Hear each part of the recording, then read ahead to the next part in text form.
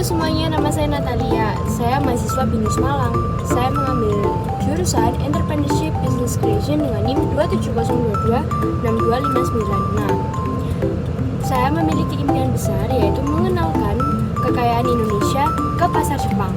Pada kali ini saya akan membahas mengenai bisnis sebuah tempe. Ya, dari tempe ini kalian bisa menjadikan sebuah bisnis. Pertama, kalian bisa memasuki pasar lokal. Dua, kalian bisa memasuki ke pasar internasional. Seperti yang saya ketahui dari data-data yang telah saya riset, bahwa masyarakat Jepang itu menyukai hidup sehat. Nah, salah satunya ini tempe. Oke, setelah saya baca berita di tempo.com, sebanyak 13,8 ton produk pangan olahan dari tempe akan masuk ke pasar Jepang. Bayangkan, di sini harganya itu masih 3.000 sampai 10.000 lah. Sedangkan harga tempe di Jepang yaitu 350 yen atau 45.000 per bungkusnya dengan berat 100 gram. Nah, ini aja aku tadi baru beli di pasar, guys. Ya, ini harganya cuman 4.000 rupiah aja. Nih, sudah sebesar ini. Dan ini kemungkinan beratnya 250 gram, seperempat. Tugas bisnisman kali ini saya mengambil tempe karena saya melihat tempe itu benar-benar sangat diminati di pasar Jepang. Namun permintaan di Jepang tuh masih belum bisa kita penuhi gitu. Maka dengan itu aku mengajak kalian, yuk kita mulai dari hal kecil. Menjadi visi misi mengapa saya kok harus bisnis internasional dimulai dari tempe. Yang pertama visinya yaitu kita tuh bisa menjadi perusahaan yang terkemuka, memperkenalkan kekayaan Indonesia sesuai dengan kebutuhan konsumen di pasar Jepang akan makanan organik yang berkualitas tinggi. Oke, yang menjadi misi dari perusahaan kali ini yaitu mengembangkan perekonomian Indonesia di dunia internasional dengan memanfaatkan sumber daya yang ada dengan standar yang sudah ditentukan oleh keamanan pangan Jepang. Untuk produk yang ditawarkan ya ini guys, ya tempe ini. Dan mengapa sih harus bisnis internasional? Apa sih SWOT-nya? Untuk strategi pemasaran nih, gimana? Oke, jadi untuk memasuki pasar ekspor, ya kalian tuh bisa melalui ini guys, website. Jadi ada salah satu influencer di Indonesia itu yang benar-benar mendukung untuk eksportir Indonesia untuk dikirim ke luar negeri.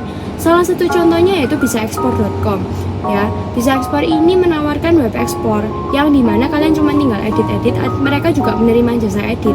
Nah, menurut aku, pengalaman aku mencoba web ekspor sendiri itu benar-benar bagus. Ini bukan iklan, bukan apa ya guys, tapi menurut pengalaman aku sendiri, itu benar-benar menjangkau konsumennya itu sangat baik. Maka dengan itu, kalian bisa membuat website, kalian juga bisa membuat akun Facebook. Karena rata-rata orang di luar sana itu pakainya Facebook, bukan Instagram. Tapi kalian juga bisa branding melalui Instagram, TikTok. Kemudian kalian juga bisa Shopee setahuku masih bisa ekspor ya. Jadi di bisnis ini benar-benar memaksimalkan media sosial banget guys. Jadi itu yang pertama.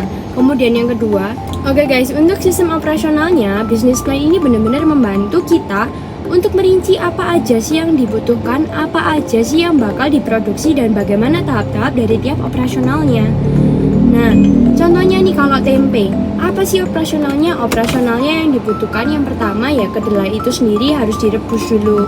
Kemudian yang kedua, ragi tempe. Kemudian yang ketiga yaitu daun pisang untuk bungkus tempenya supaya jadi tempe yang benar-benar memenuhi standar kualitas ekspor di Jepang gitu.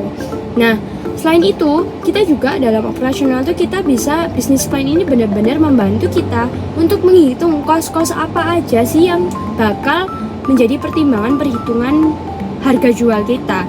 Nah, untuk harga jualnya sendiri dalam bisnis ekspor tempe ya, ini sebagian besar nih ya, aku bahas garis besarnya. Yang pertama, kalau tempe itu ya biaya produksi, ya kan? Terus biaya produksi seperti kayak listrik, air, dan lain sebagainya, gas. Nah, kemudian yang kedua yaitu yang kedua yaitu biaya bahan baku seperti kayak kedelai, ragi, daun pisang. Nah, kemudian nah itu seperti kayak gaji karyawan dan lain sebagainya. Dan sama biaya distribusi guys, jadi distribusi dari kota A ke kota B. Kemudian juga biaya transportasi. Kalau misalnya mau melakukan ekspor tuh pasti harus ini kita menghitung biaya seperti biaya forwarder ya. Forwarder itu seperti yang kita ketahui itu jadi mereka itu yang mengurus barang kita dari kota A ke kota, dari negara A ke negara B. Nah, jadi dia yang bertanggung jawab di bagian pengiriman. Dan juga kita harus menghitung biaya pengiriman, dan biaya pengiriman ini ditanggung oleh si pembeli gitu. Cuman kita juga harus tetap memperhitungkan, kayak misalnya kalau misalnya tempenya ada rusak, ya kita harus menghitung biaya garansi. Kita harus memastikan berapa persen kira-kira yang rusak dari, contoh, dari 1 ton pengiriman kira-kira berapa yang rusak. Nah, itu yang kita harus perhitungkan. Dan risiko dan mitigasinya apa aja sih resikonya? Ya, seperti fluktuasi nilai tukar mata uang, kemudian perubahan regulasi dari pemerintah, persaingan yang semakin ketat, apalagi tempe ini gampang banget dibuat. Nah, kalian juga harus pintar-pintar nyiptain value dari situ. Nah, dari bisnis plan ini kalian benar-benar disuruh kayak apa sih value dari bisnismu ini? Apa sih kok kamu harus ekspor? Kenapa kok kamu nggak jual di pasar lokal? Nah, dalam bisnis plan ini kalian tuh diajarkan kayak gitu guys. Kalian diajarkan untuk berpikir secara luas. Ya, namanya di dalam sebuah bisnis itu banyak banget yang harus diurusi, dari segi finansial, dari segi operasional, dari segi teknologi apa yang kalian pakai, kemudian dari segi biaya perhitungannya, kemudian dari segi bahan bakunya. Emang kenapa kok kalian harus pakai kacang kedelai? Kenapa kok nggak pakai kacang hijau? Nah, itu semua ada di dalam bisnis plan ini, dan itu semua sangat penting banget untuk dijadikan pertimbangan untuk dalam memulai sebuah bisnis. Apa yang kalian jual, value apa dari bisnis kalian, gitu guys. Jadi semua aspek tuh benar-benar harus ditimbangkan. Makanya itu bisnis plan ini penting banget dianalisis sebelum memulai merintis perusahaan. Nah, kesimpulannya apa sih? Kesimpulannya gini, dalam membangun merek makanan organik Indonesia di pasar Jepang itu membutuhkan perencanaan yang matang, ya. Apalagi kita juga harus kerja keras, adaptasi, cari buyer itu nggak gampang guys. Ya, dengan pemahaman yang mendalam tentang pasar itu juga penting banget. Kalian harus riset pasar. Jadi guys, gitu aja ya.